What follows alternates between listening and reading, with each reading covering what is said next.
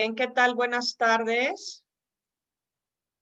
Me da muchísimo gusto tenerlos otra vez aquí en Miércoles de ACOM. Este es un miércoles diferente porque estamos ahora trabajando con unas conferencias que vamos a tener ya nada más dirigidas a todos los miembros activos de la asociación. Digamos que son conferencias especiales nada más para miembros, para asociados. Y pues eso también le da como un carácter especial porque, bueno, elegiremos realmente conferencistas muy interesantes para que pues solo nuestros asociados puedan compartir aquí la información. Y bueno, pues empezamos. Siempre hacemos una breve reseña de cómo vamos y nos da mucho gusto compartir con ustedes que pues vamos bien, vamos creciendo, vamos incorporando cada vez más escuelas de varios estados de la República. Cada vez tenemos más escuelas también de otras zonas que no son solo Ciudad de México. Como ustedes saben, pues esta es una asociación para directores, socios, propietarios, consejeros de escuelas y, ay, disculpen, aquí estoy compartiendo, ¿verdad? Gracias. Y pues en esta ocasión vamos a tener nuestra conferencia de los miércoles, pero quiero anticipar la siguiente que vamos a tener el 11 de noviembre con Eduardo Andere, que nos va a hablar de liderazgo en pandemia. Luego ahorita, porque a veces al final, entre que ponemos la encuesta y ya está al final de las preguntas y todo, a veces se queda un poco en el aire, pero les comparto que vamos a tener a Eduardo Andere próximamente en noviembre. Y bueno, pues hoy quiero darle la bienvenida a nuestro conferencista de hoy, a Gerardo Mendive. Gerardo Mendive, pues tiene ya algunos años de que lo conozco y cuando digo algunos años, pues ya como unos 12 años, 14, ya perdí un poco la cuenta. Después de 10, mejor ya no se quieren acordar uno para no sentir que fueron tantos, ¿verdad, Gerardo?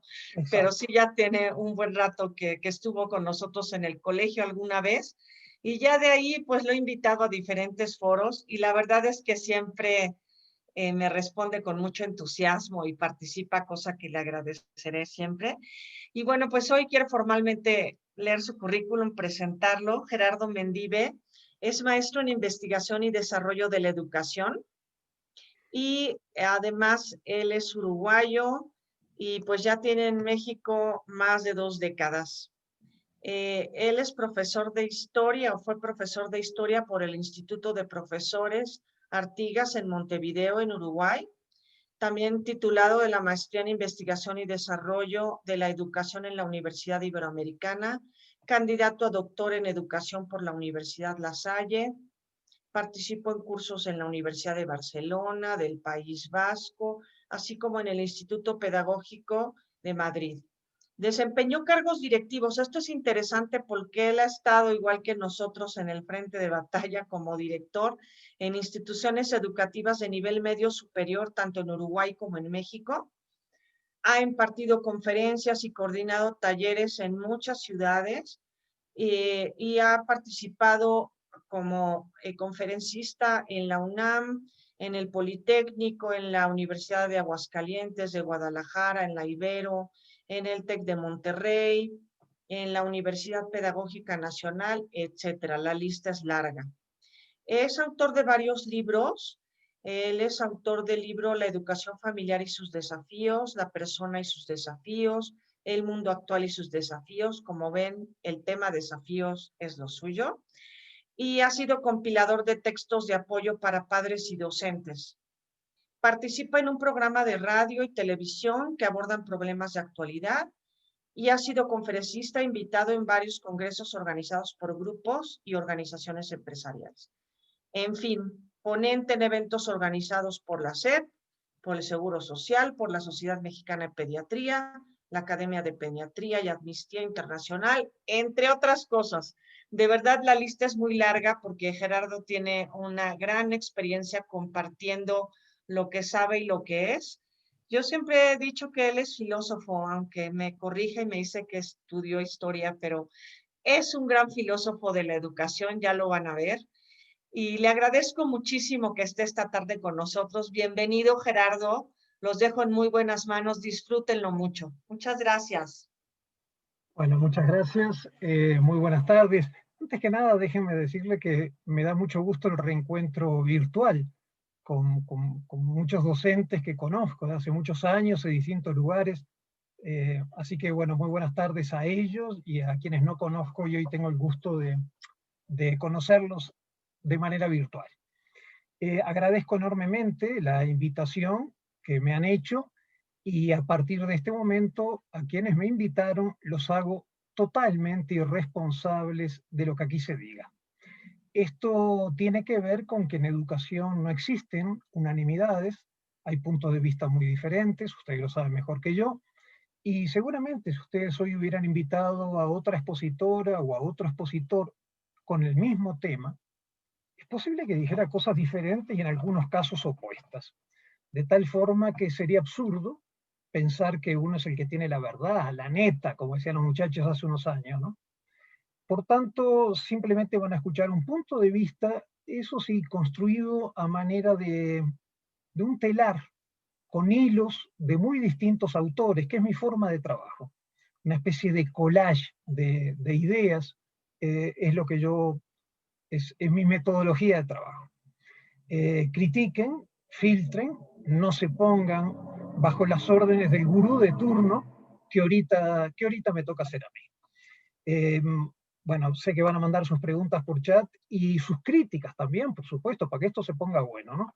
Eh, y por último, a manera de introducción, no voy a cumplir con lo recomendado a todo buen conferencista. Yo me dedico hace muchos años a esto y he aprendido que para ser un conferencista exitoso hay que cumplir por lo menos tres condiciones. La primera, dar a entender al auditorio, presencial o virtual, que están gravísimos problemas. Lo segundo que uno tiene que hacer es sugerirle al auditorio que uno tiene la solución a sus problemas. Y lo tercero, para que esto salga bien, venderles una receta. No tengo nada para venderles, y me imagino que se van a ir de este espacio con más preguntas de las que llegaron. Me imagino que deben estar un poco hartos de tanto hablar de la pandemia, no sé, me imagino, con lo cual yo organicé esta plática en distintos momentos, me temo que no vamos a llegar al final por el tiempo, pero sí en el primer momento voy a hacer alguna alusión al momento que estamos viviendo, después hay preguntas, con mucho gusto profundizamos en ello, pero después me voy a ir en un segundo momento a la gestión escolar, algunos aspectos que me parecen que son fundamentales, y un tercer aspecto, y bueno, que sería un poco ver hacia dónde, algunas líneas de hacia dónde parecería que pueden ir las escuelas, cuáles son los distintos escenarios en el horizonte, donde todavía hay muchísima confusión, ¿verdad? Entonces simplemente serían algunos lineamientos. Muy bien, dice Emilio Tenti Fanfani, colega argentino, querido colega argentino, Emilio, él dice, la situación excepcional que vive el mundo obligó a las instituciones y a los agentes escolares a desarrollar una oferta de educación a distancia, la mayoría de las veces en forma apresurada y con recursos insuficientes e inadecuados. La necesidad de actuar en forma rápida obligó a utilizar diversos recursos disponibles, plataformas, medios masivos de comunicación, interacción directa con los docentes, con sus alumnos, usando distintos dispositivos, etc. En muchos casos, las circunstancias obligaron a improvisar, ya que no había tiempo para programar, desarrollar y luego implementar programas específicos. Me parece que ahí hay un punto de partida. Cuando esto no llega, que entre paréntesis, conviene recordar que los principales cambios o coyunturas que se dan en la historia muchas veces llegan sin aviso. Y el virus no fue la excepción. De tal forma que, por lo menos en un primer momento, hubo mucho de improvisación. Mucho de salir con lo que se nos iba ocurriendo, a manera de ocurrencias, lo cual no está mal, ojo, no, yo creo que es más, era lo único que podíamos hacer. Y en ese sentido hay maestras y maestros que han hecho un trabajo extraordinario de acuerdo a las limitaciones del momento. Los meses han pasado, esto se fue presentando como algo más largo de lo que suponíamos en un principio, y por lo menos en las escuelas que me invitan a trabajar ahora a distancia, por lo que me comentan los maestros, que me comentan los padres de familia, hay distintos niveles ya de trabajo en este tiempo. Hay escuelas que han aprendido más, hay escuelas que ya no solo tienen una reacción frente a lo que se vive, sino que han ido construyendo una respuesta. Recuerden que es diferente reacción que respuesta, ¿verdad? En fin. Por otro lado, no es secreto para nadie que el vínculo escuela-familia, que nunca es fácil para las escuelas particulares, tampoco para las públicas. Yo trabajo en varias escuelas públicas y tampoco ahí es fácil. Pero en el caso de las escuelas particulares, con esto del pago, por supuesto que hay condiciones diferentes. De tal forma que hoy tanto las familias como las escuelas estamos en momentos de emergencia y necesitamos tener una actitud de empatía.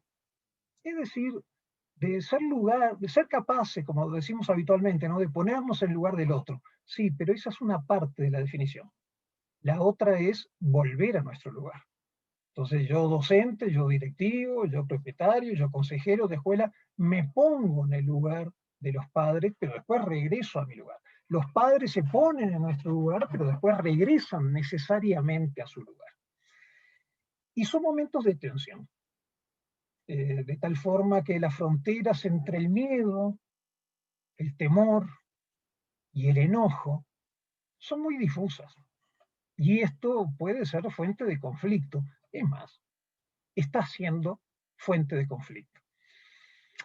Y si ustedes recuerdan, y algunos de ustedes deben conocer mejor que yo el libro de Daniel Goleman, el de la inteligencia emocional, Goleman, antes de comenzar con su libro, pone un acápite, pone una cita de Aristóteles, que creo que nos sirve para el momento actual cuando dice: cualquiera puede ponerse furioso, enojado, podríamos decir nosotros.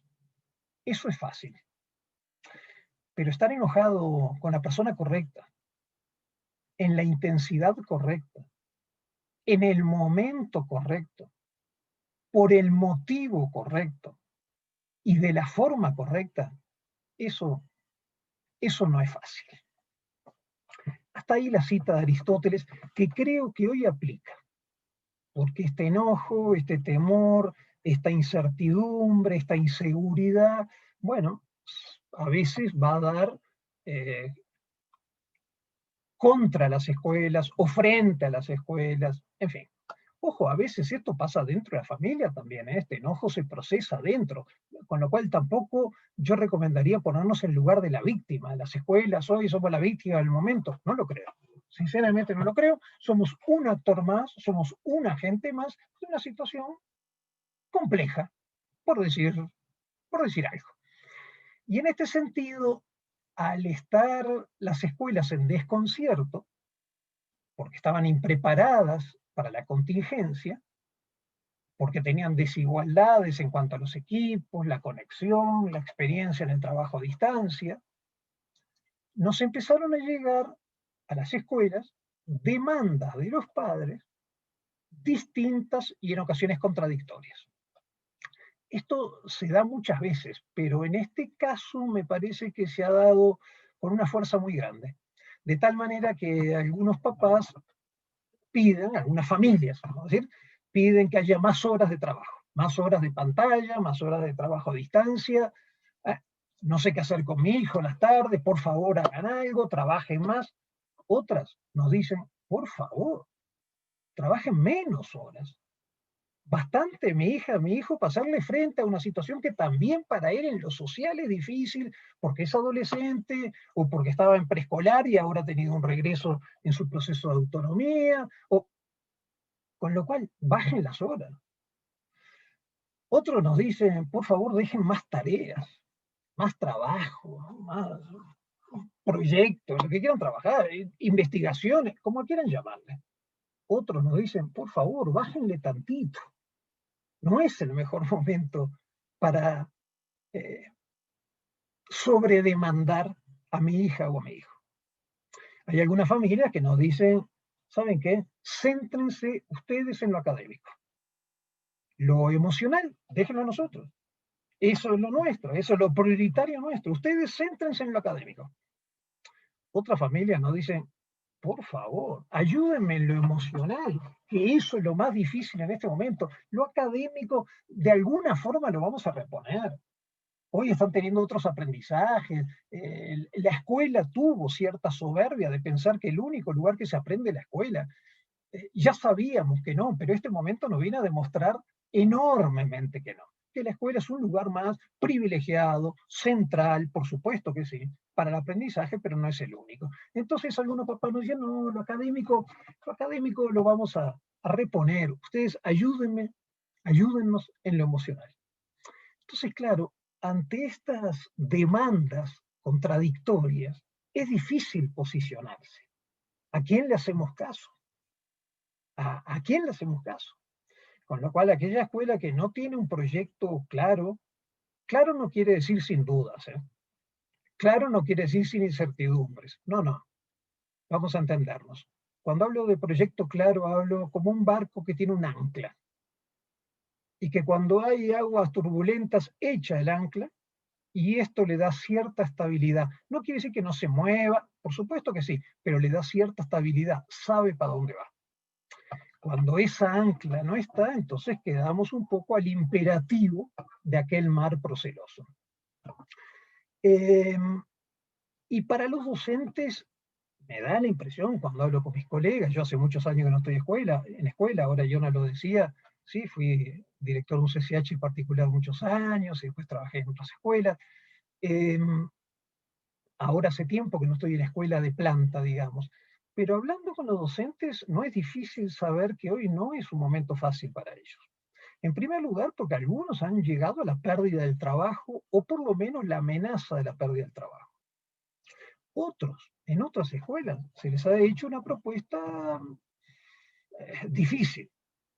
Se les ha dicho, hay de dos sopas.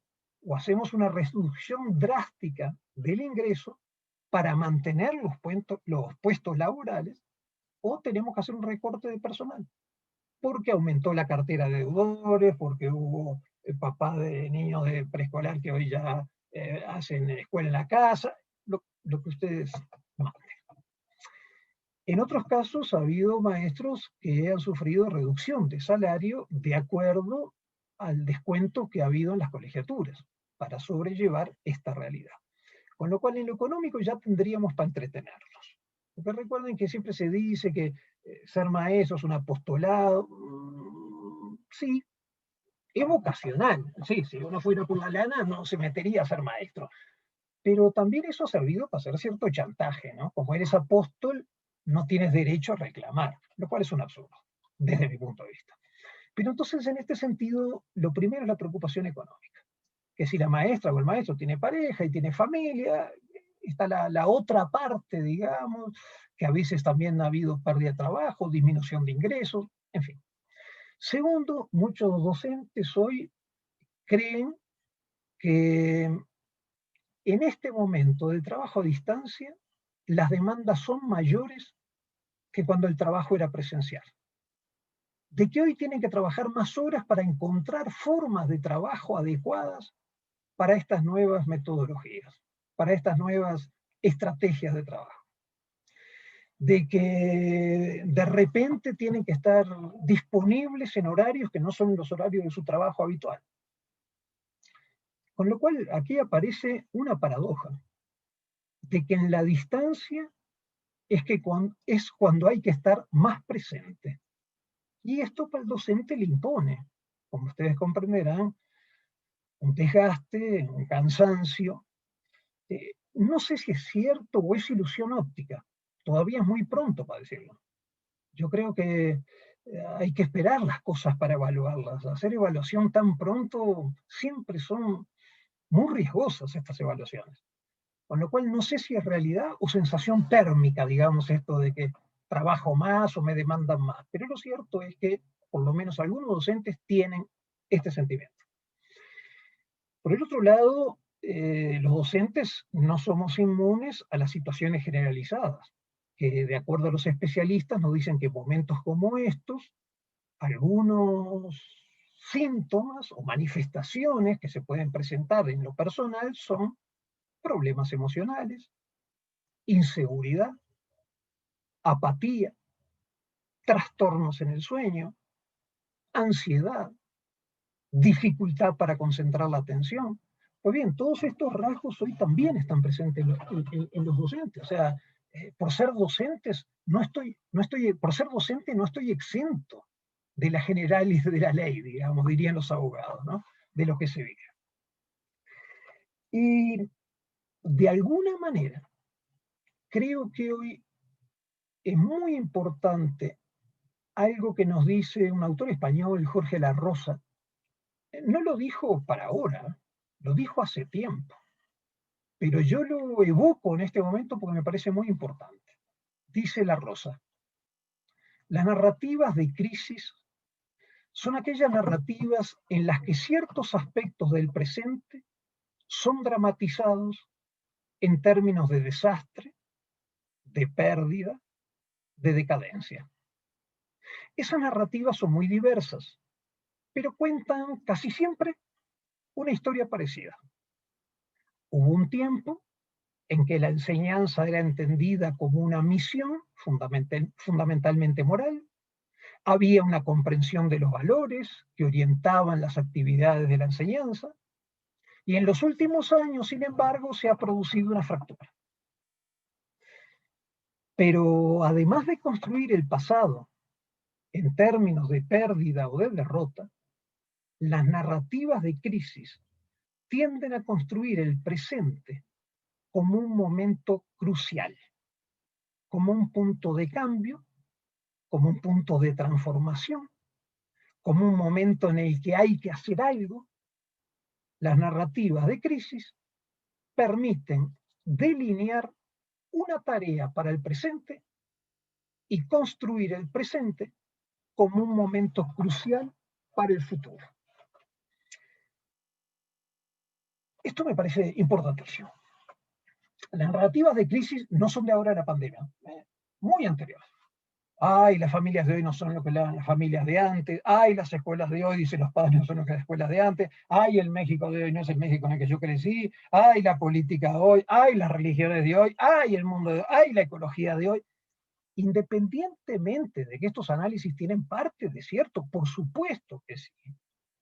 Esto que La Rosa llama narrativas de crisis nos puede conducir a dos extremos y, bueno, y varias situaciones intermedias. A uno, que es quedarnos como víctimas del momento.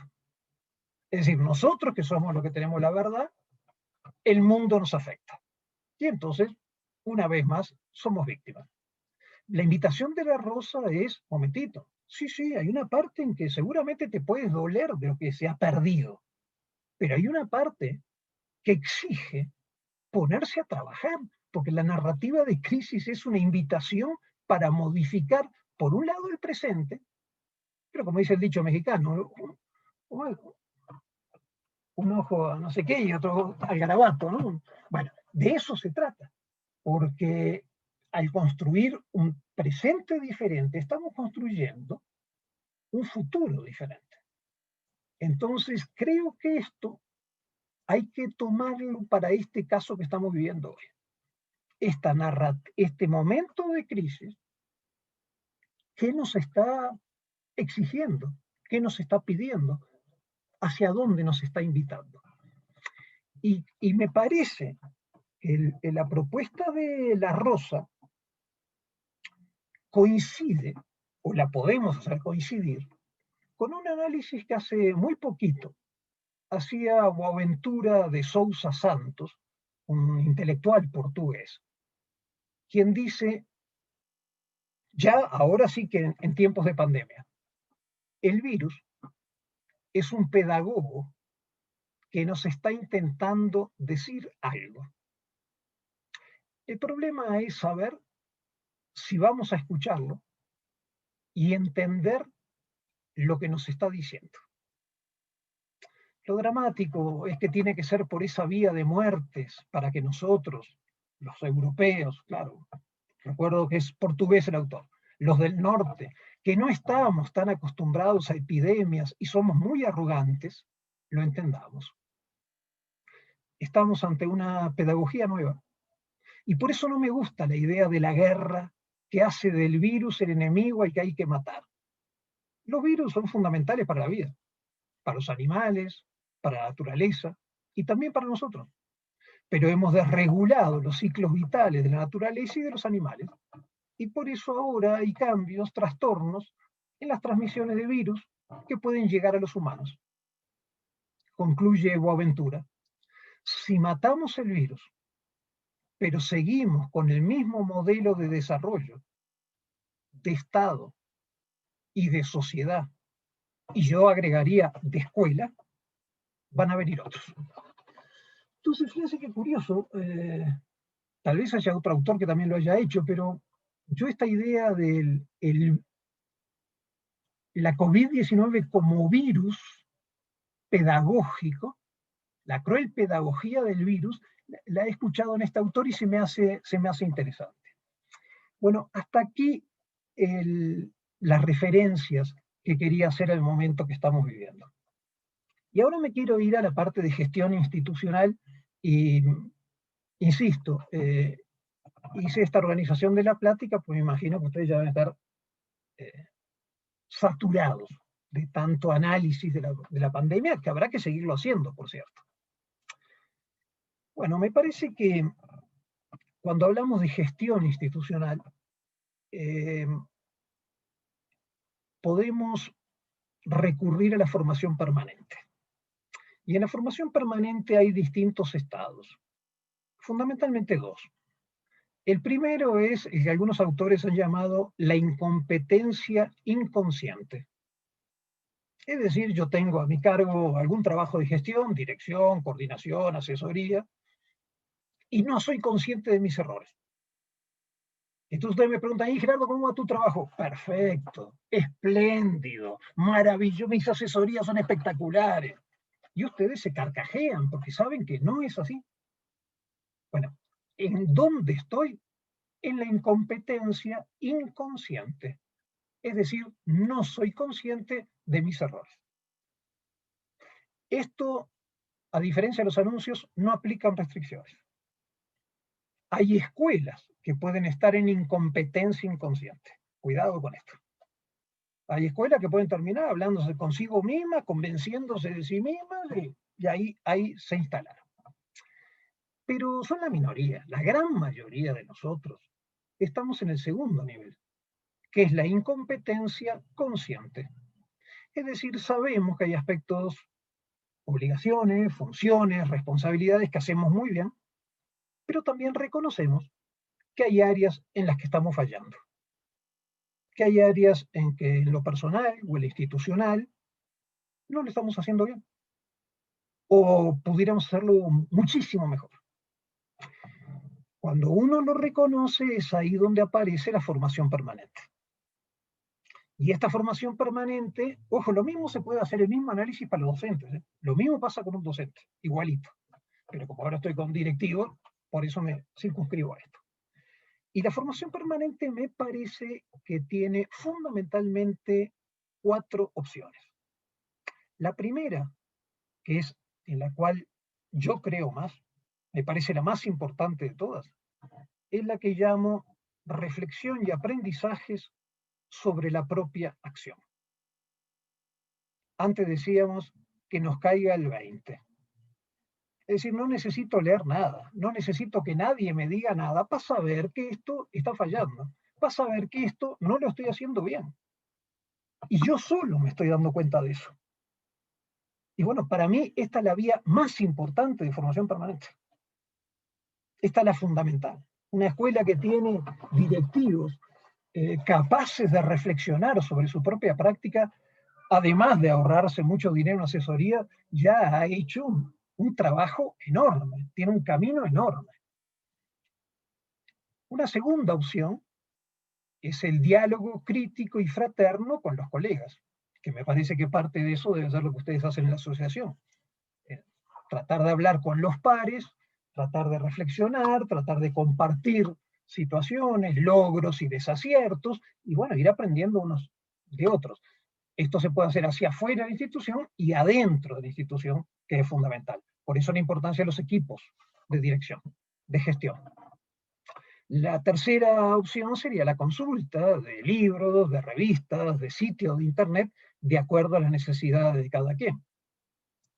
Y la cuarta opción, que es la que yo trabajo, creo en ella, si no, no me dedicaría a esto, créanme, pero es la que yo sitúo al final de las opciones, tiene que ver con talleres, conferencias, congresos, pláticas, charlas, en fin.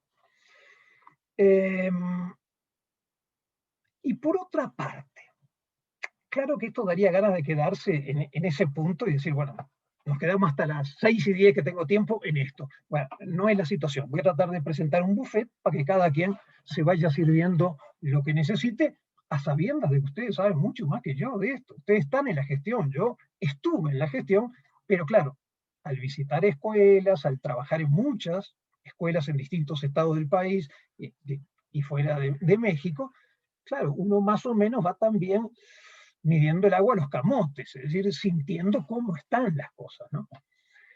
Me parece otro aspecto importante de la gestión, dar una adecuada jerarquización al acontecer. A los problemas grandes y a los problemas pequeños. Darles la dimensión adecuada. Esto, que aquí lo voy a decir en 2 minutos, en la práctica es dificilísimo. José Antonio Marina dice, dar importancia a cosas sin importancia es un modo de idolatría. Me gusta la metáfora. Dar importancia a cosas sin importancia es un modo de idolatría. Pero por el otro lado, lo contrario sería no darle importancia a situaciones que la tienen, es inconsciencia. Y ahí me parece que está una de las áreas en que ustedes, en la gestión escolar, son equilibristas. Si le dan más importancia a algo de lo que realmente lo tiene, malo. Van a perder tiempo, energía, entusiasmo, recursos en atender a algo que no requería ese exceso de atención. Pero en el otro extremo del equilibrio, si no le dan importancia a situaciones que la tienen, eso es inconsciencia. Y acá les pido disculpas a quienes ya me han escuchado, porque hay un texto que a mí me gusta muchísimo, ya me lo sé de memoria. Bueno, espero, porque con el paso del tiempo a uno la memoria se le va yendo. Pero hay un texto que a mí me gusta mucho, y que quienes me han escuchado ya se lo saben de memoria, que es de este hombre que firma como Catón en el periódico Reforma. Y el texto más o menos decía, llegó y me dijo, buenas, perdón, ¿quién es usted? Ah, disculpe, olvidé presentarme. Yo soy la gota flaca. ¿Cómo? ¿Quién? Sí, la gota flaca. Seguramente usted escuchó hablar de la otra, la gota gorda. Pues bien, yo soy la gota flaca. ¿Y en qué puedo servirle? Mire, diga usted a quienes le escuchan que si no me sudan a mí, después tendrán que sudar la gota gorda. Quiero decir que los pequeños problemas, si no se atienden a tiempo, se convierten en grandes problemas. Y concluía Armando Fuentes Aguirre diciendo, y aquí estoy sudando la gota flaca para no tener que sudar la gota gorda. Quisiera que encontrar un ejemplo de esto me fuera mucho más difícil, pero lamentablemente me es muy fácil. Quien tenga alguna duda de esto, salga hoy a ver nuestros problemas sociales a nivel nacional y a nivel universal. Cierro el paréntesis. ¿Cuáles serían algunos problemas reiterados en la gestión? Que más que apreciaciones de la investigación, los he ido encontrando en la práctica. Bueno, me parece que uno de ellos es esta expresión tan mexicana, ¿no? Enfermarse de importancia. Hay cargos, hay posiciones que a veces son como muy enfermantes de importancia. Les pongo un ejemplo. A veces un extraordinario maestro, lo designan director. Esto pasa también mucho en las escuelas públicas. Y la escuela pierde un muy buen maestro y gana, entre comillas, un muy mal director. Entonces hay cargos que por alguna razón nos hacen perder el piso. Y bueno, lo dejo por ahí, pero me parece que ese es un problema en la gestión. Otro problema es de la cultura de la excusa y o de la queja.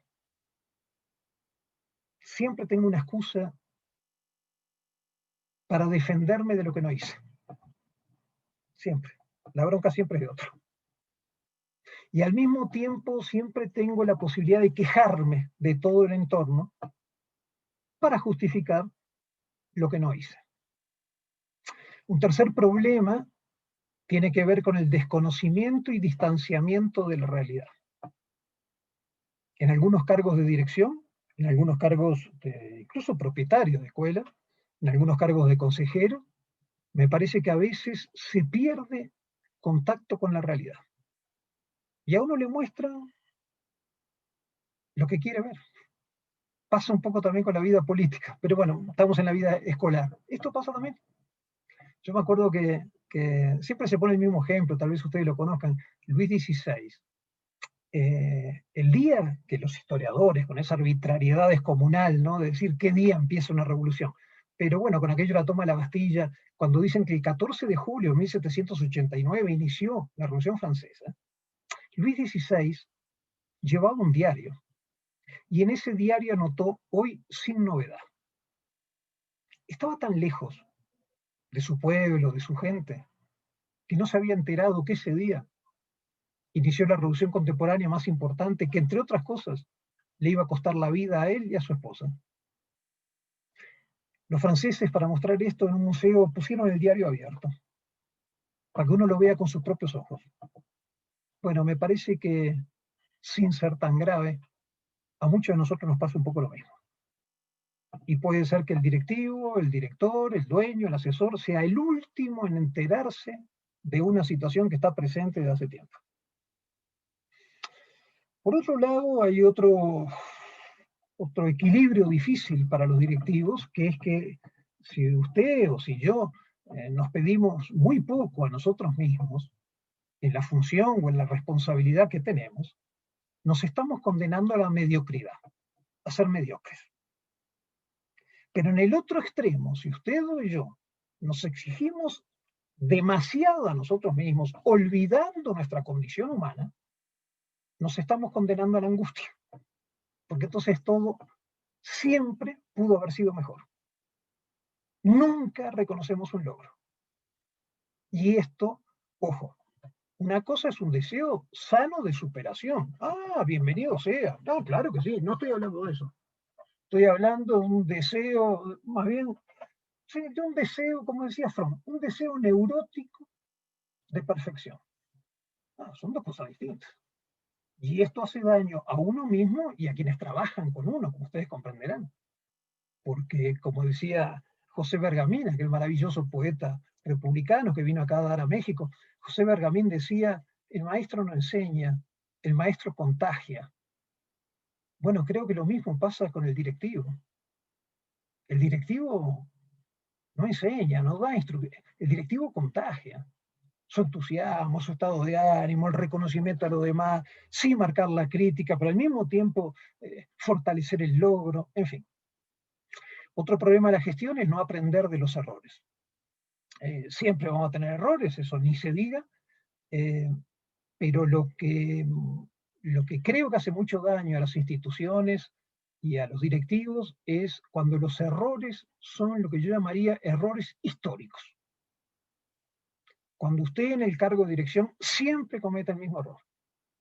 Cuando su institución siempre tiene la misma deficiencia. Ah, caray. Ahí ya la cosa se complica, porque son los problemas o los errores históricos. Mientras los errores se van rotando, bienvenido sea, ese es el sino de la educación. Lo otro sería pensar en una escuela perfecta, en la cual yo por lo menos no creo. La escuela es peregrina, la escuela siempre está entre un presente y un futuro deseado. Claro, las mejores escuelas son, me parece, las que han logrado reducir la brecha entre su realidad y su proyecto.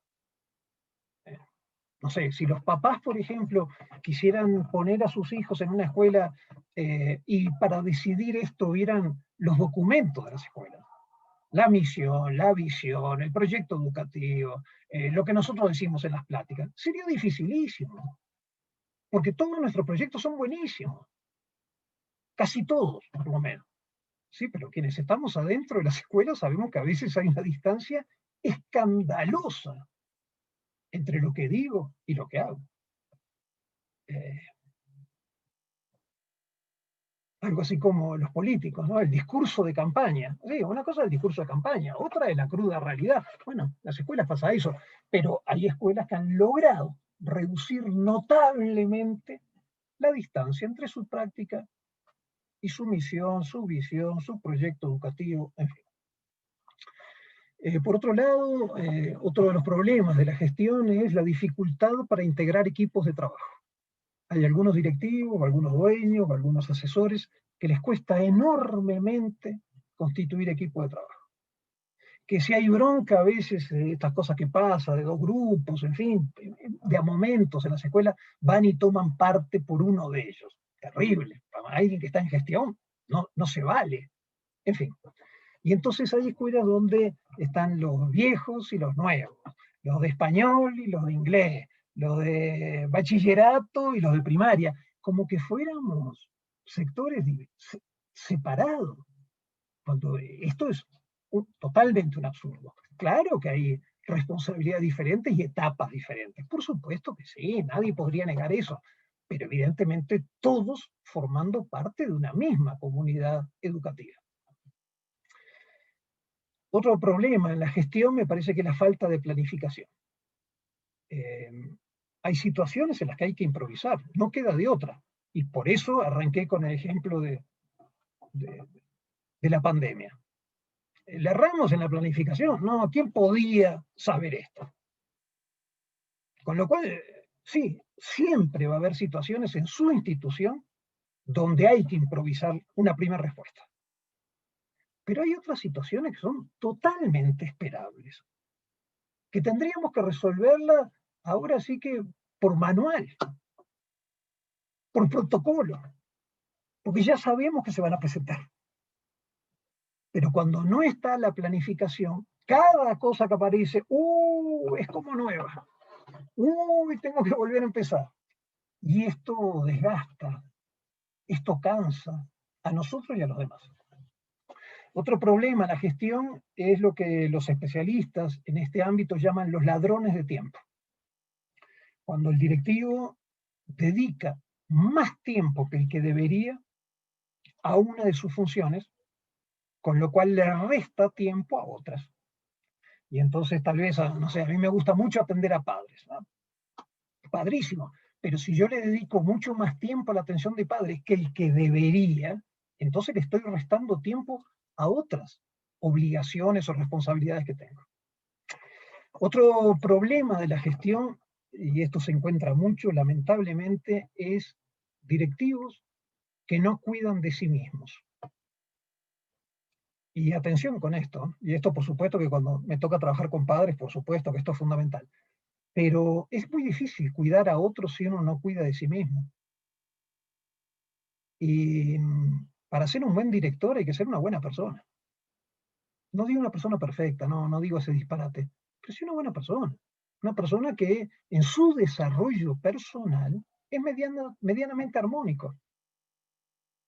Por supuesto tiene sus incoherencias, sus errores, claro que sí. No estoy hablando de perfección en esto, no, pero estoy hablando de alguien que cuida de su propia vida, que en lo familiar, en lo social, en lo cultural, en la lectura, y todo esto enriquece cuando voy a la escuela. En cambio, si por atender a los demás, casi en estilo sacrificial, me olvido de mí mismo, ahí estamos en problemas, ahí estamos en problemas. Y entonces cada uno de ustedes seguramente tiene su área o varias áreas de protección. Habrá alguno de ustedes que el ejercicio sea fundamental. Bueno, por favor, no lo deje. Y ustedes lo saben mejor que yo. Cuando dejan de hacerlo, lo extrañan enormemente. Y dicen, bueno, pero Gerardo, ahora no se puede ir al club o está restringido. Bueno, háganlo en su casa. Y a usted le gusta cantar, por favor, no deje el coro, aunque cante horrible, no importa. Vaya, vaya, y le gusta la música, le gusta cocinar, en fin. No me quiero detener en esto porque tenemos otras cosas, pero bueno. Henri Giroux, ese sí, un gran teórico de la educación, un gran académico de la educación más bien, él dice que muchas veces quienes trabajamos en educación tenemos un problema con los lenguajes, porque en el lenguaje de la crítica somos gigantescos, pero en el lenguaje de la posibilidad somos chaparritos. Entonces a la hora de criticar a un docente, ahora a la hora de decirle qué puede hacer, ahí empezamos a tartamudear. A la hora de criticar a un alumno, ni se diga, o de un padre de familia, a un compañero de trabajo, a alguien del mismo equipo directivo, con lo cual no se trata, ojo, lo propone Giroux, de renunciar a la crítica. Bienvenido sea, una escuela que se desarrolla es una escuela que tiene un alto nivel de crítica, pero también crecer en el lenguaje de la posibilidad. Critico esto, te propongo esto, te acompaño con esto, te respaldo con esto.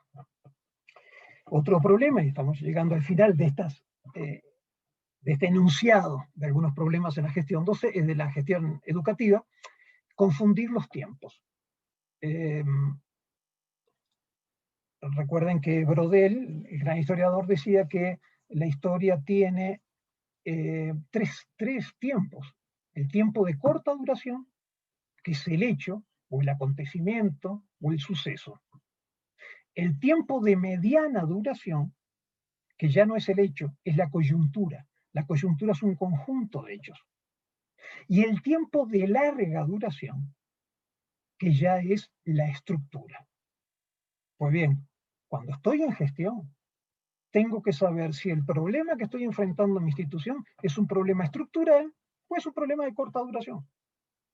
¿Por qué señalo esto? Porque a veces hay quienes comen ansias y quisieran que un problema estructural se resolviera de un día para el otro. No se puede. No se puede. Y si usted tiene la fantasía que lo resolvió, estoy seguro que por ahí no va la respuesta. Y la importancia de transformar la exigencia, que creo que es muy importante en alguien que está en gestión, exigir. Exigirse y exigir. Y exigirnos. Las tres usaría.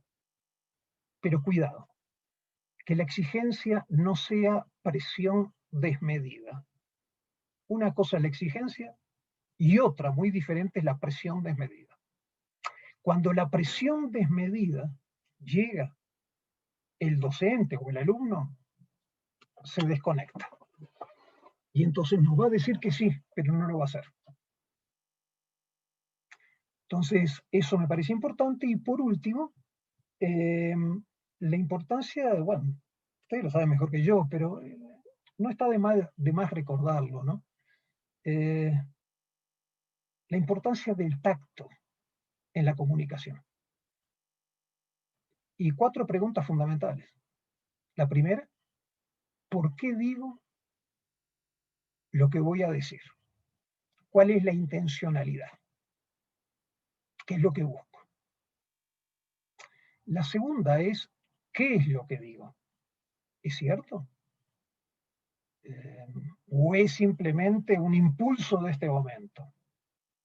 El argumento, ahí está el argumento, la razón, el fundamento, ¿es cierto? Porque si lo que digo no es cierto, ahí ya estoy en problema.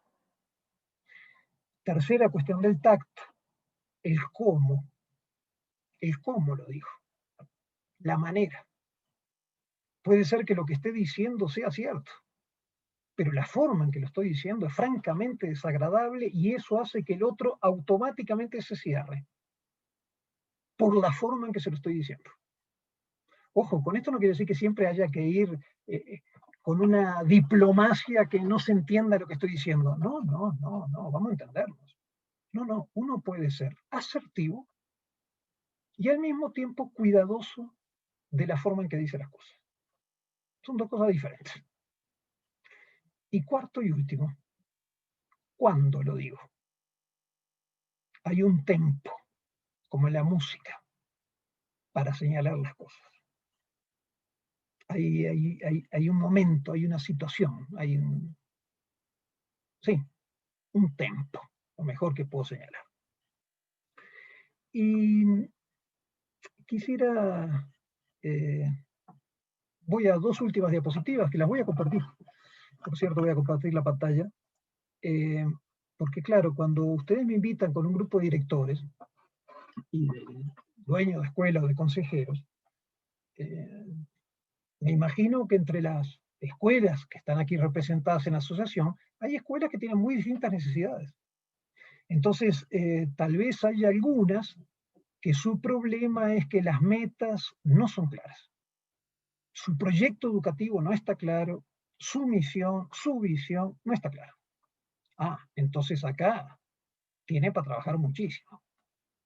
Otro que esté acá me puede decir, no, Gerardo, nuestra bronca no es esa. Nosotros tenemos las metas clarísimas. Nuestro problema son las estrategias. No encontramos los cómo.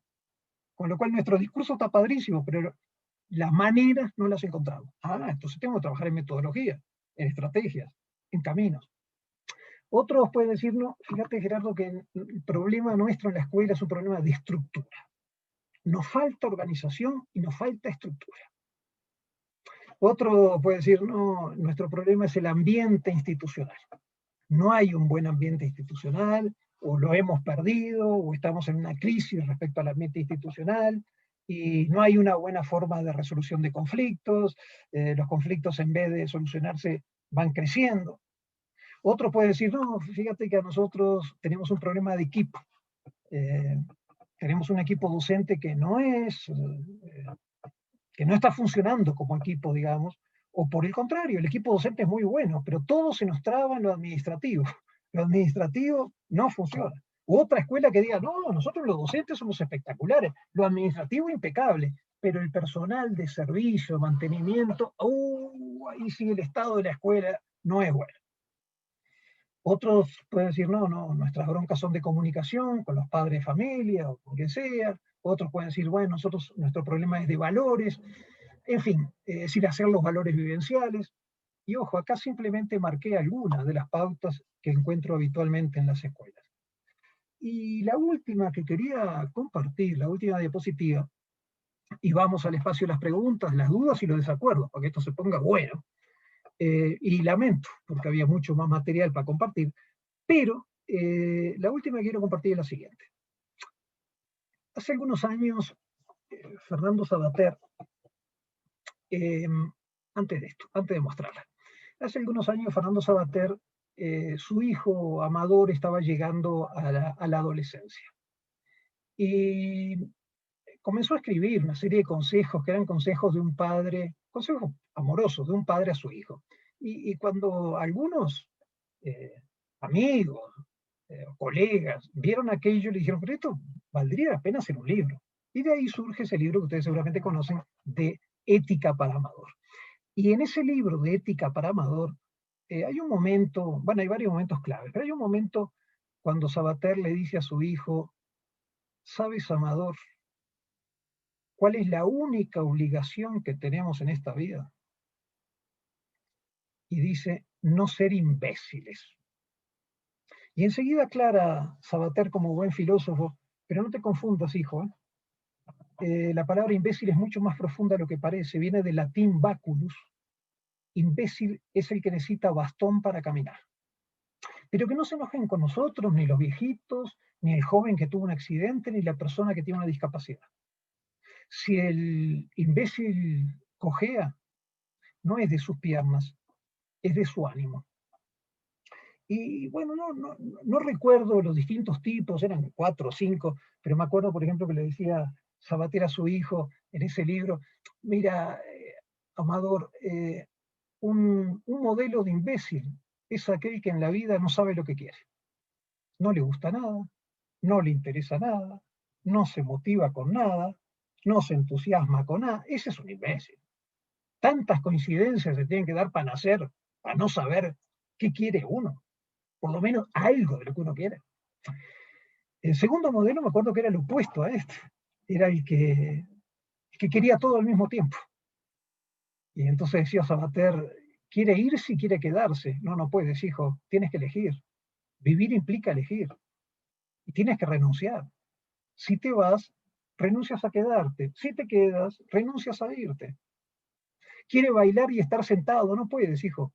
Y disculpe, pero es un poquito más grosero, pero no grosero, pero dice Sabater, quiere masticar ajos y dar besos sublimes, no puedes. O comes ajos o da buenos besos, hijo. Vivir implica elegir. Había un modelo también que recuerdo que era muy doloroso, que era, dice Sabater, aquel que sabe lo que quiere en la vida, sabe por qué lo quiere, pero lo quiere flojito, lo quiere con pocas ganas. Por lo tanto, finalmente, siempre va a terminar haciendo otra cosa y dejar lo que ella o lo que él quiere para mañana, a ver si mañana tengo más fuerza. Y otro, y termino con ese, porque es muy de los adolescentes, es cuando Sabater le dice a Amador, el otro modelo de imbecilidad, hijo, es cuando a los 14 años quieres tener la experiencia de un hombre de 40.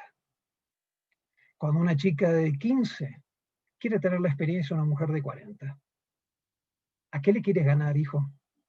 La vida tiene etapas y tú tienes todo el derecho del mundo a vivir las etapas en su momento.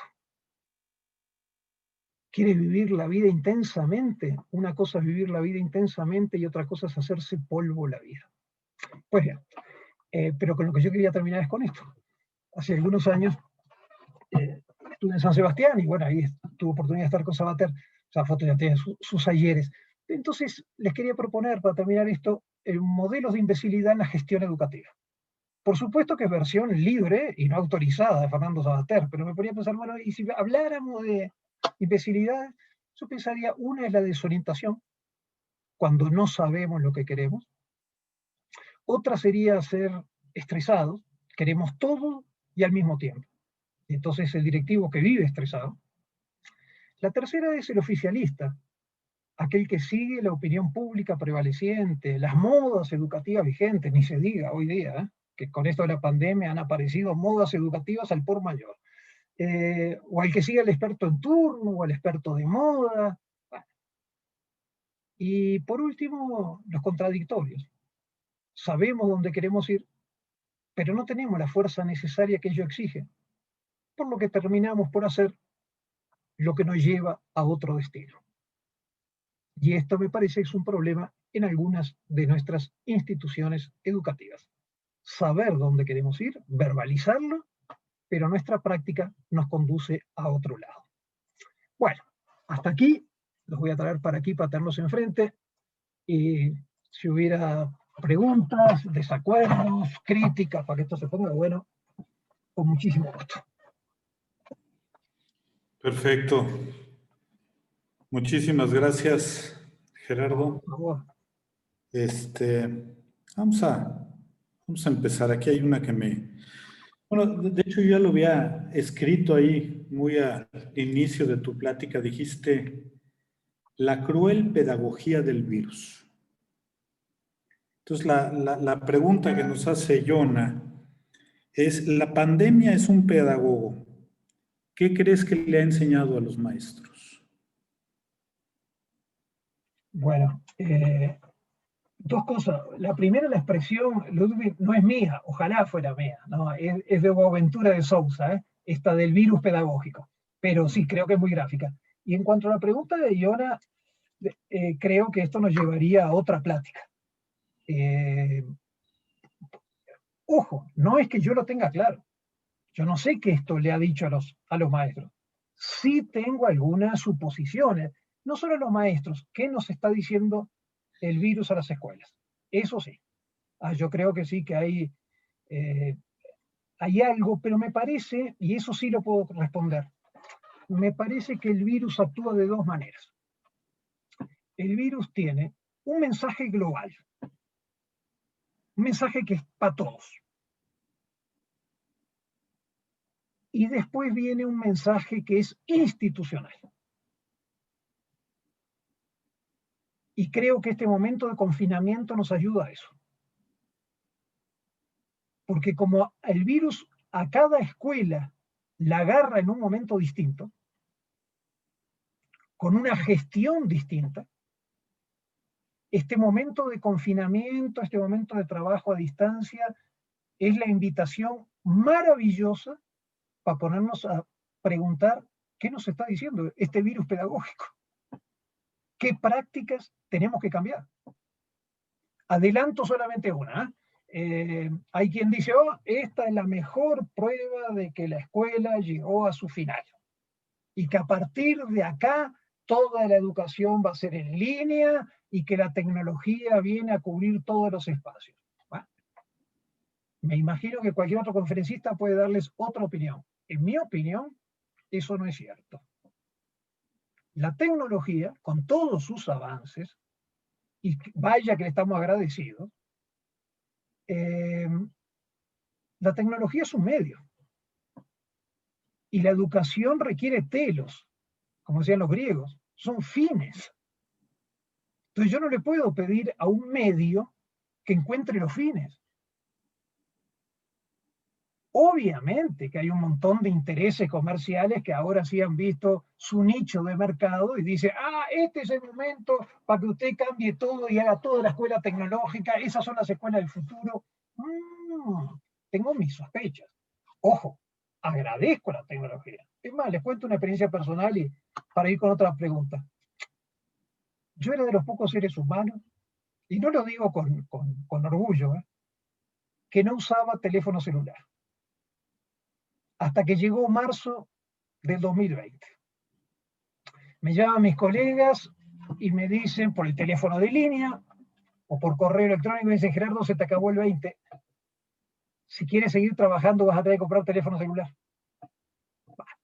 Compré teléfono celular, tuve que cambiar la computadora para trabajar a distancia, porque trabajo en las escuelas, pero tengo grupos semanales que no son sobre educación, son sobre temas diferentes. Bueno, por supuesto que estoy agradecidísimo a la tecnología. Si esto no estuviera, hoy yo no tendría trabajo. Pero sí tengo claro que yo no le puedo pedir a la tecnología cosas que la tecnología no puede dar. Y acá me parece, y termino con esto, Iona, que es muy importante a la hora de ver el virus pedagógico, separar lo que es investigación educativa de lo que es moda educativa. Son dos cosas muy diferentes. Hoy en el mercado tenemos muchas modas educativas, pero que carecen de investigación educativa porque no ha pasado el tiempo como para poder evaluar esto. Que va a haber mayor desarrollo de la escuela híbrida, por cierto, nombre espantoso, ¿no? Podrían haber encontrado uno más bonito, ¿no? Sí, no me cabe la menor duda, que las pantallas van a estar más presentes, eso sí, eso no me cabe duda. Pero de ahí a pensar que las pantallas van a sustituir, ¿no?, el gesto. ¿Cómo descubro el gesto de los alumnos en un salón de clase? La manera en que los estoy acompañando. Mirarle a los ojos a los alumnos y saber qué está pasando. Entonces, en este sentido, sí, Yona, me parece que es una pregunta que daría pie, o para otro conferencista, ¿no? Pero sería otro tema, ¿no? Hoy nos centramos más en la gestión, pero sí.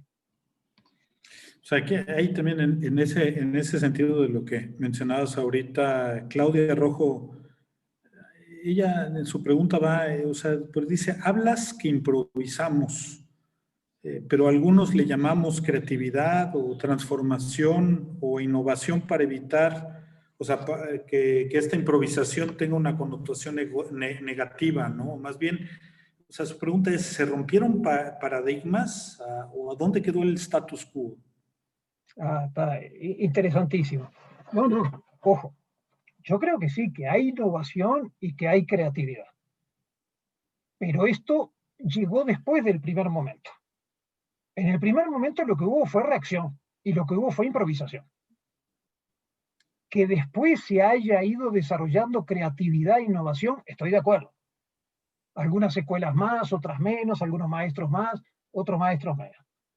Entonces, en ese sentido, sí. Ahora, lo segundo, lo relativo al paradigma, sí es cierto.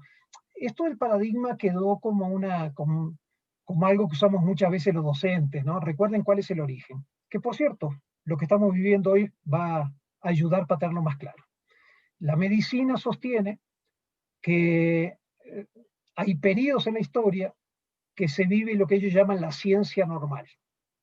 Es decir, cuando se tienen las medicinas adecuadas y la terapéutica adecuada para hacerle frente a las enfermedades que están presentes.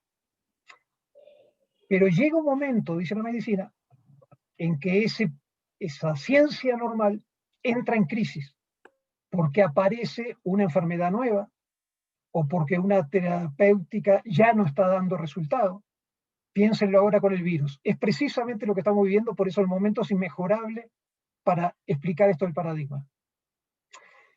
Pasa un tercer momento, que es lo que ellos llaman la revolución tecnológica, la revolución científica, empezar a buscar.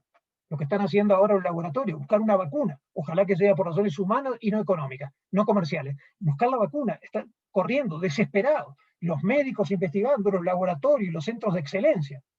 Y después llega un cuarto momento que es un nuevo paradigma, cuando ya empieza a aparecer una nueva forma de trabajo. Bueno, cuando algún maestro, que no sé quién fue, hace muchísimos años, escuchó a los médicos hablar de esto, dijo, esto es lo que nos pasa a las escuelas. Durante mucho tiempo tuvimos una escuela normal. Los padres esperaban lo mismo sobre la escuela, los maestros sabían qué hacer, los currículums eran definidos, teníamos una sociedad más estable. Pero ¿qué sucedió? Ese modelo de escuela entró en crisis. Yo diría que sobre todo después de los años 60. Y entonces, evidentemente, la escuela ya no sabía qué hacer. Y entonces la escuela tuvo que empezar a hacer cambios, enormes cambios. Y entonces, algunas escuelas ya empezaban a tener un nuevo paradigma de trabajo. Entonces, esto que preguntaba Claudia tiene que ver con eso. Ah, claro, yo creo que el virus, entre otras cosas, nos viene a recordar que el paradigma de la escuela está en cuestión, que la vieja escuela está en cuestión. Con esto no quiero decir solamente que la escuela no tradicional sea mejor que la escuela tradicional. En primer lugar, porque ahí hay un engaño. Cuando uno habla de escuela tradicional, cree que todas las tradicionales son iguales. Es un absurdo. Dentro de la gama tradicional hay muchísimas escuelas. Cuando uno habla de escuelas no tradicionales, hay muchísimas. Montessori, Freinet, De Crowley, la teoría de Dewey, la de Summerhill, en fin. Con lo cual, cuando uno habla de tradicional y no tradicional, está hablando de etiquetas. Pero me parece que la cosa no es solamente de modelo. Puede haber una escuela considerada tradicional que tenga un trabajo sensato para el tiempo que vivimos. Y puede haber una escuela no tradicional que tenga una forma de trabajo sensata para el momento que vivimos. Entonces, en este sentido, sí, totalmente de acuerdo con Claudia, esto señala, nos viene a recordar más bien que el cambio de paradigma se impone, pero ni se asusten ni se pongan tristes, porque, y qué bueno que me acordé, cuando los gobiernos en turno llegan, en México o en cualquier país, ojo, miren que esto, corrijo incluso la presentación de Joan, tengo casi 40 años viviendo en México, no se me quita el tono porque voy muy seguido a mi rancho, con Grey fuimos compañeros hace añares de trabajo, y en este sentido, en México y en otros lados, cuando llega el gobierno en turno, dice yo traigo la reforma educativa, esta es la buena. De tal forma que se nos han ido acabando las palabras.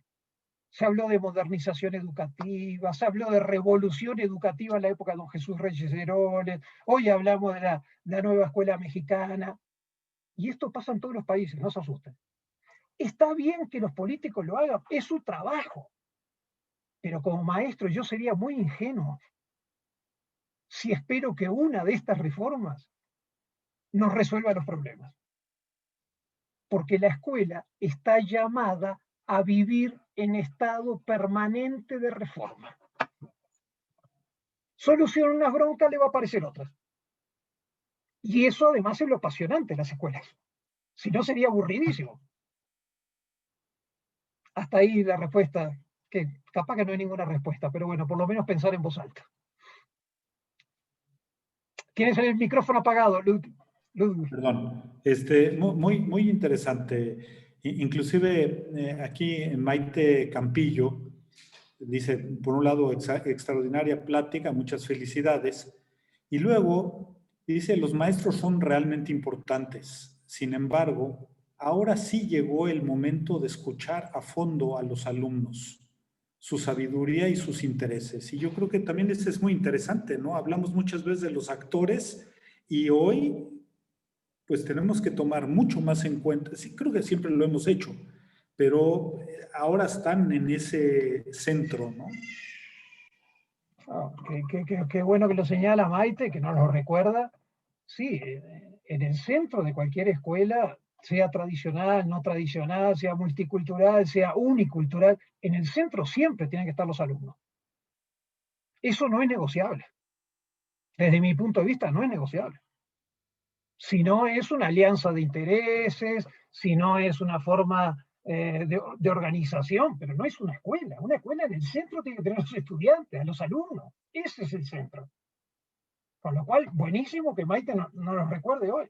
Y si ella agrega, y tiene toda la razón, que tal vez esta situación nos invita a que eso lo volvamos a tener presente. A que eso lo volvamos a tener presente. Y claro, me pregunto, yo por ejemplo estos días trabajo con padres, yo percibía, aún trabajando a distancia, en distintos estados del país, siento, y creo que no soy muy original si lo digo, ustedes ya se han dado cuenta, siento mucho también de papás que se sienten desbordados, que se sienten saturados, que no saben mucho cómo responder a este momento.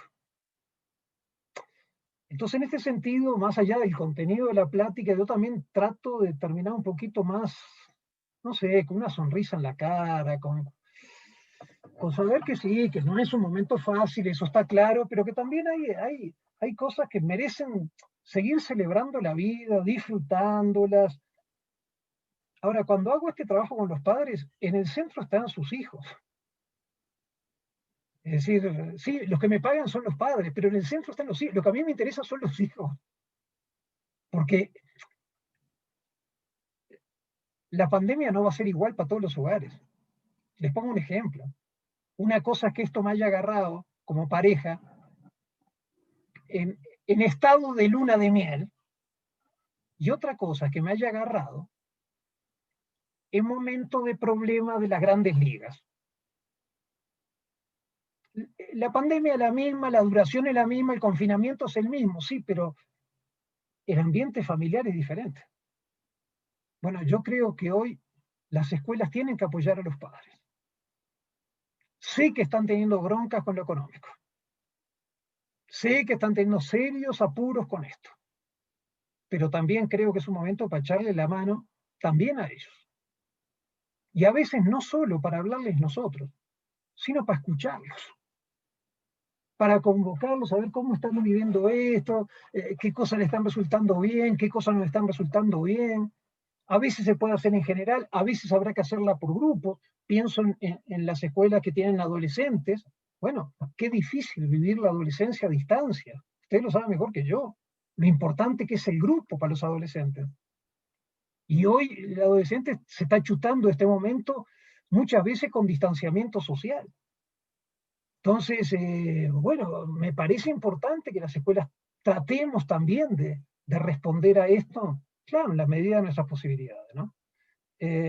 No sé, no tengo mucho más para decir sobre esto, pero sí me parece importante esto que decía Maite, recordarnos siempre que en el centro están las alumnas, los alumnos, las niñas, mejor me gusta más decir las niñas, los niños o las y los adolescentes. Ese es el centro de una escuela, si no es una parodia. Ya hacia el final de tu intervención, de tu plática, comentabas de la dificultad luego que tenemos o tienen nuestras instituciones para construir equipos de trabajo.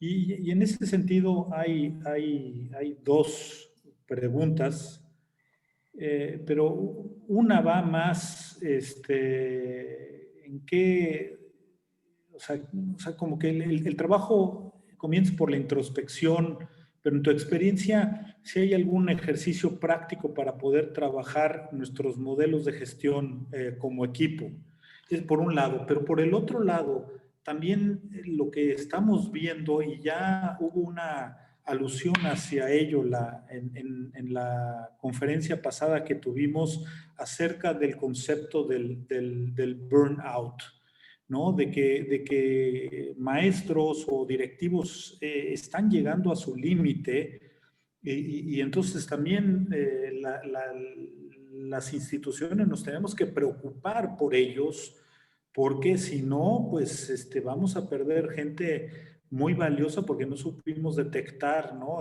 Cómo toda esta circunstancia los está rebasando o nos está rebasando. Sí, sí, creo que, digo, por un lado, yo les agradezco, pero por supuesto que sobreestiman mi capacidad de respuesta. Si yo supiera responder todo lo que ustedes preguntan, yo tendría un consultorio en Nueva York y cobraría en euros la consulta, ¿no? O sea, ténganlo claro. Pero bueno, agradeciendo su deferencia respecto a estas cuestiones, la primera sobre si hay algún modelo de gestión, no sé, tendría que preguntarle a alguien que sepa más que yo, capaz que Eduardo Andere, que viene la semana próxima, el próximo evento, yo no lo conozco personalmente a Andere, digo, no es amigo, hemos coincidido en eventos, lo he escuchado, me imagino que eso debe saber mucho más que yo. Lo único que sí puedo decir es que respecto a la escuela, la gestión y los equipos de trabajo, es que me parece que en toda escuela va a haber como la curva de la normal, igual que pasa en un salón de clase, ustedes van a tener tres tipos de maestros. Un pequeño equipo sumamente comprometido, sumamente identificado, esto que llamamos de ponerse la camiseta, ¿verdad? Eh, sumamente preparados, que podrían funcionar solos. Esos maestros hacen que el director sea un gasto innecesario en su escuela, porque el tipo solo ya sabe qué tiene que hacer. Bueno, ese es un equipo fundamental, junto con los directores. La mayoría son maestros que están preparados, participan, se comprometen hasta cierto límite. Y van a tener un tercer grupo, ojalá que no, pero esta es la curva, la normal. Van a tener un tercer grupo, ojalá sea minoritario, maestros que no están preparados, maestro que está ahí porque capaz que quiso estar en otro lado, quería ser abogado y litigar, pero como no consiguió clientes, fue a dar a su escuela. O maestro que le gusta meterse en la vida de los otros en vez de la suya y crea unas broncas entre los equipos que ni les cuento.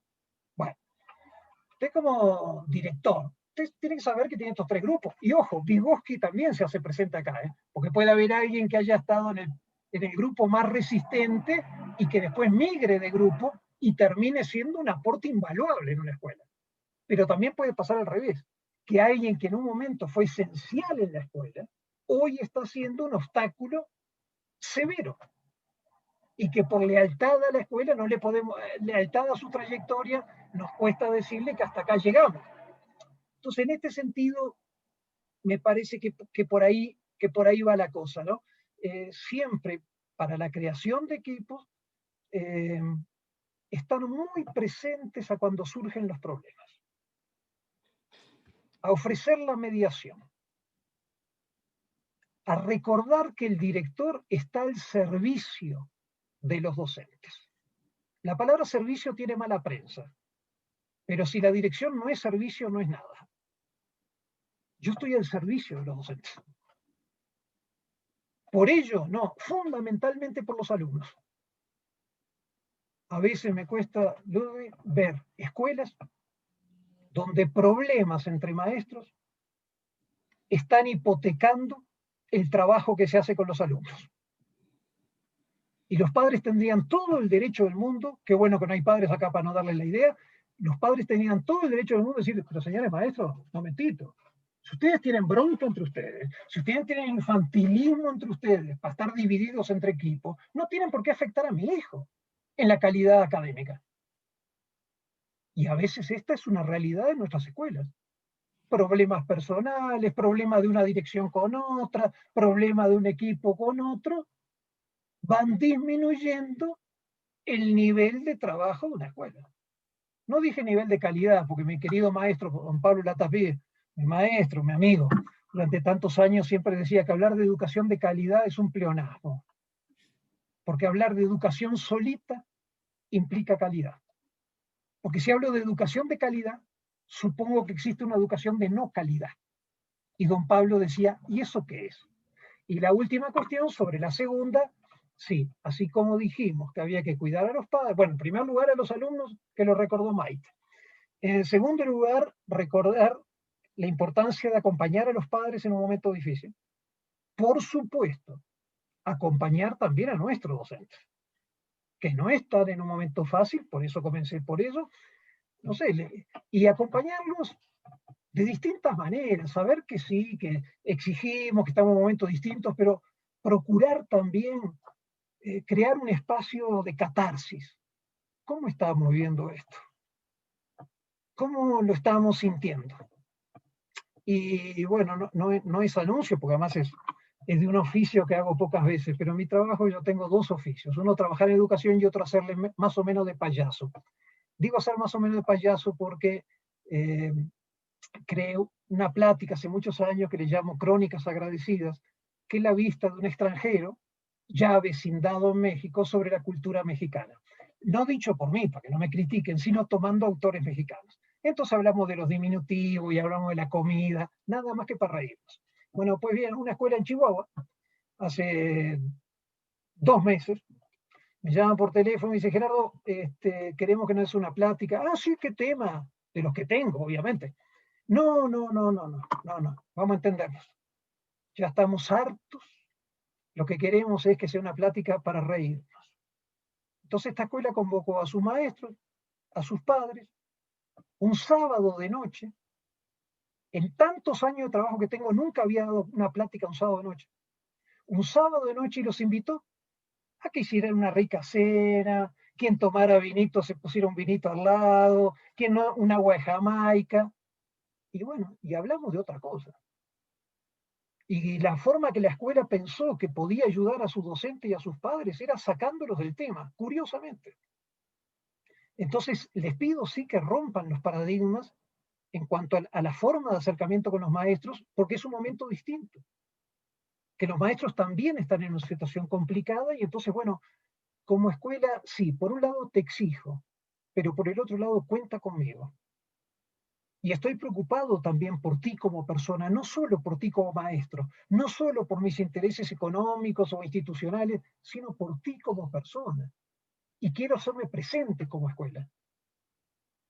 Entonces me parece que es importante.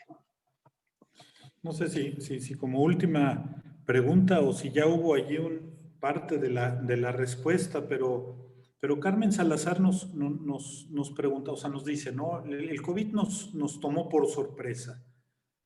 Y todavía hay muchas interrogantes. Dice, ¿cuál debería de ser la prioridad de los colegios al fin, o sea, cuando termine esta, o sea, ¿en qué debemos de ocuparnos o prevenir? Es como que tratar de, todavía estamos inmersos, pero ya estamos con que, ¿cuáles son los pasos o dónde deben estar nuestras prioridades? Bueno, no sé, Carmen, la verdad que no sé. Por un lado, creo que tiene que haber alguna prioridad de cada escuela. Eso del virus pedagógico direccionado que llegó a su escuela. Y entonces dirá, para nosotros, Instituto Fulano de tal, la prioridad es esta. Ahora, para una respuesta global, se me ocurren dos cosas.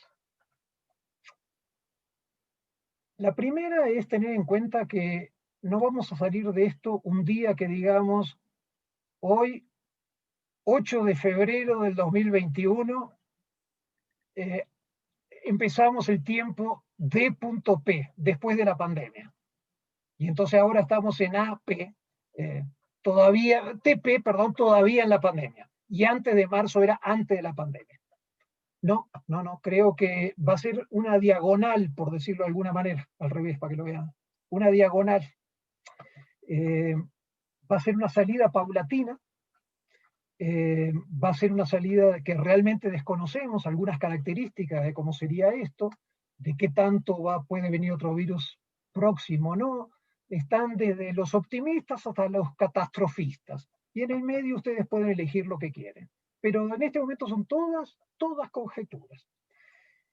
Con lo cual entonces me parece que lo más importante, la prioridad es evaluar este momento, evaluar cuáles son las formas, qué es lo esencial, por ejemplo, de la escuela. Nosotros ya escuchaba el sábado pasado, no, el anterior, tuvimos un evento en que participamos junto con una querida amiga que muchos de ustedes conocen, porque es una extraordinaria especialista en educación, Silvia Ximénez.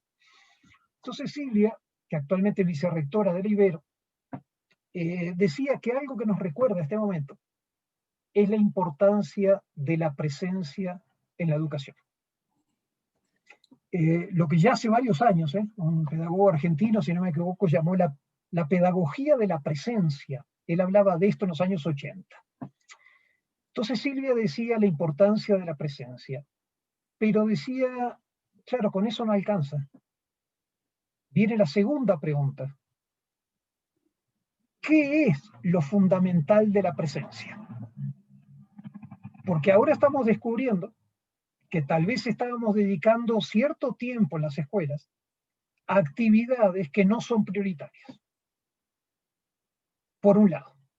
Y por otro lado, ahora estamos descubriendo que hay aprendizajes que se hacen fuera de la escuela, que son fundamental para el desarrollo de las niñas, niños y adolescentes. Entonces, creo que, Carmen, por ahí va la pregunta. ¿Qué es lo que entendemos que la presencia se vuelve insustituible en nuestras escuelas y que hay que retomar con urgencia el día que podamos volver plenamente a ellas? Y que mientras no podemos volver, estamos tratando de hacer cuidados paliativos, es decir, igual seguimos, vaya la paradoja, intentando tener una presencia a la distancia, que ese me parece es el gran esfuerzo que todos ustedes están haciendo. ¿Cómo nos hacemos presentes aún a la distancia? Y para el resto, lamentablemente no tengo, lo que le diría sería adivinación, horóscopo, soberbia de pensar de que yo sé qué es lo que va a venir. No, no lo sé. No lo sé. Estoy en la misma incertidumbre que ustedes. Sí creo que hay un equilibrio también en esto, entre llegar al atosigamiento, al sentirse desbordado y a tener también la esperanza. En este sentido, creo que tanto escuelas de tradición laica como escuelas de tradición religiosa, sea cristiana, sea judía, tenemos un elemento muy importante, que es que muchas veces en la historia los cambios más importantes han venido cuando menos esperanza había. Y esa ha sido una constante histórica. Cuando no se veía por dónde, muchas veces fueron los momentos en que por ahí se fue dando un espacio de cambio. No sé, no leí la noticia a fondo, pero leí solamente el titular, que hoy el Papa Francisco decía que algo así como que estaba de acuerdo, bueno, no sé, no debe haber sido esa la expresión, pero con que las instituciones civiles reconocieran a las familias homosexuales.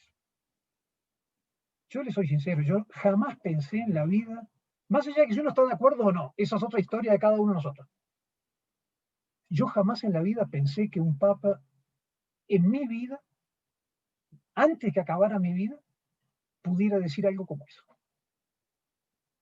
Y me parece que esto simplemente lo traigo como un botón de muestra de cambios que parece que se empiezan a dar que eran inesperados. Inesperados. Y termino con algo, ahora sí termino con, no salga esto eterno, sobre todo por ustedes, por mí no hay problema. Yo hace años venía dando, hará 4 años, una plática para padres, sobre todo de escuelas de clase media, alta y alta.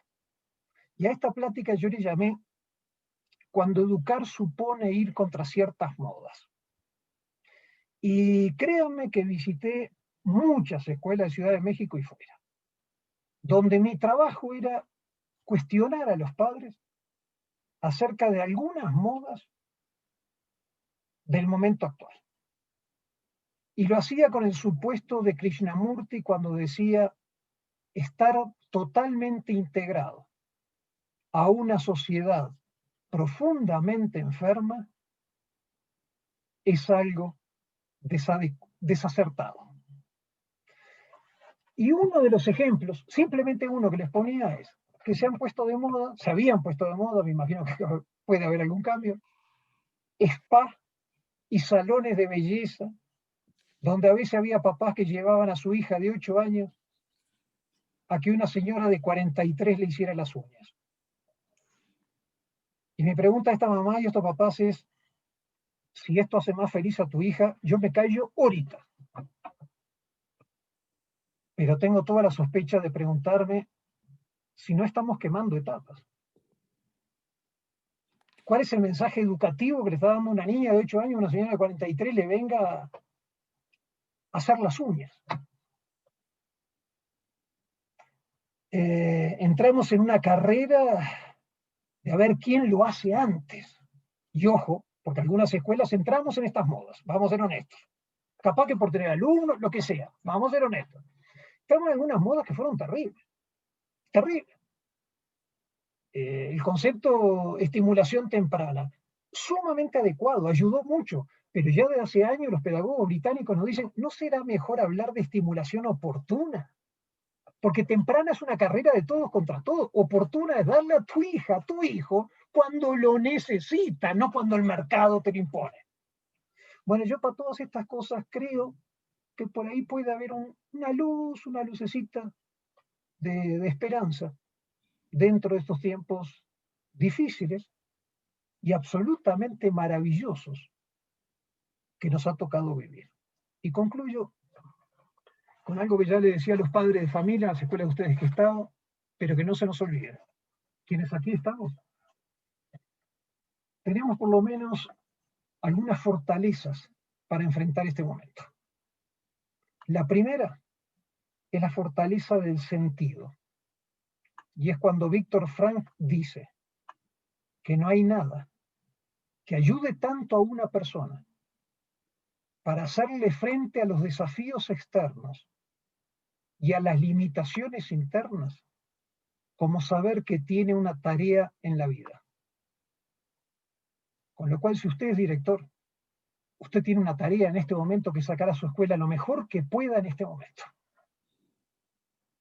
Y esa es la fortaleza del sentido. Aún en este momento usted encuentra un sentido a lo que está viviendo.